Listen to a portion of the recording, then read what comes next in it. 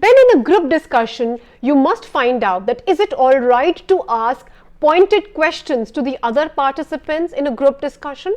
So my friends, for this, please remember that you can of course do this bit, but not from the point of view of putting anybody else down. Do not be a devil's advocate who's trying to find out that what is my supremacy over this question, because of course I have the answers as the others may not be able to answer that very well. So make sure that if you're doing a cross-pointed questions, be extremely careful, and you can only and only do it very, very occasionally. Here across another question is that what do I do if one of the member is very, very stubborn and aggressive? So my friends, you can do two things. One, of course, the simplest is that ignore that participant and speak to the other members and participants in the group. Or another way, if you would like to deal with it and address, be assertive, call them out by him or her or sir or ma'am, and then say it with a lot of assertiveness that you do agree to their points, but you still need to progress with the group discussion with the other participants in the group if he may allow to do so. Now let me discuss with you a few tips on when you need to interrupt somebody while at the time of their discussion, and what are the kind of phrases that you can use at that point in time. So of course you can use a phrase which goes commonly as, "Excuse me ma'am, I would like to also put my point across here at the same time."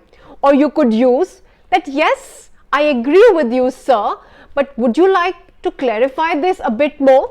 Or you could say, "Yes, I agree on the point that you have just been able to explain out to us, and I would like to add a few more points on the same." Or you could just say, if you do not agree to it, that "I'm so sorry, I wish I would have been able to agree to your points, but excuse me, I would like to put my points across as well to you."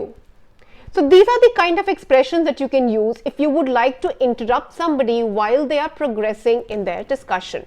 A very important point has come across as that should we make an interim summary, a summary which basically means something which is midway, right in between.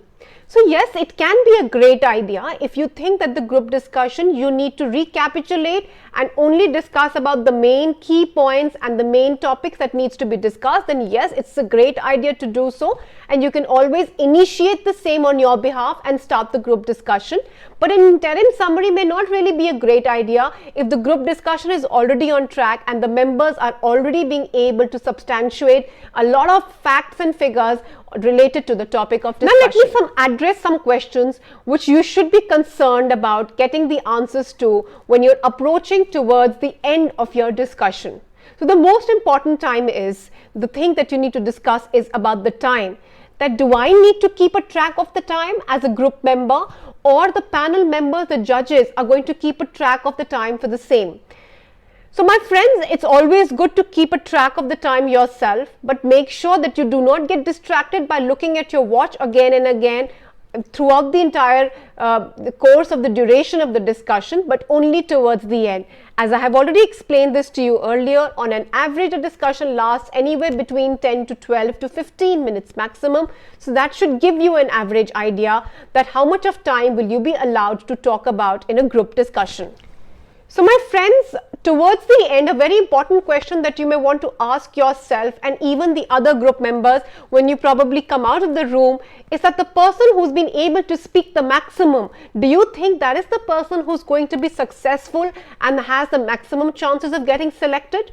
So my friends, the answer is no. This is a very, very big myth. It absolutely does not depend upon that how much of quantity the person has been able to contribute. Instead, what really matters is, of course, the quality of content that really matters, on the basis of which the selection of the candidate is done. Now, towards the end of the discussion, can we expect that the moderator or the panel of judges may cut short the discussion and ask you to stop right in between?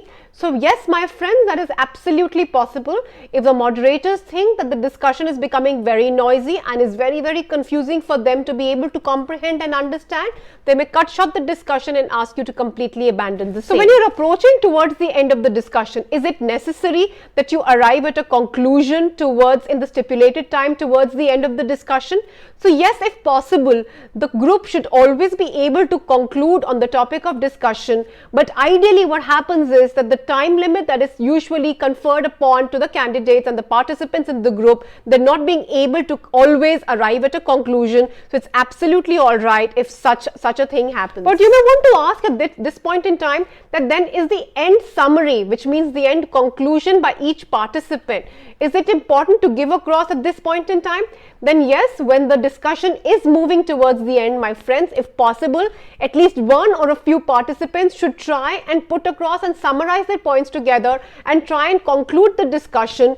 And if you have those qualities and you think that you will be able to do so, it can really work in your favor and can get you the leverage to be able to score a little higher than what your counterparts will. So it's always important to do so as much as possible, unless and until you are absolutely not given across any time or opportunity to do so. So that is, my dear friends, a complete question and answer session, and most of these questions before the discussion starts, at the onset of the discussion, during the discussion is going on, and while the discussion is coming to an end, there are so many questions that needs to be answered. The more prepared you are, the better it is. All the best. I'll see you in the next video.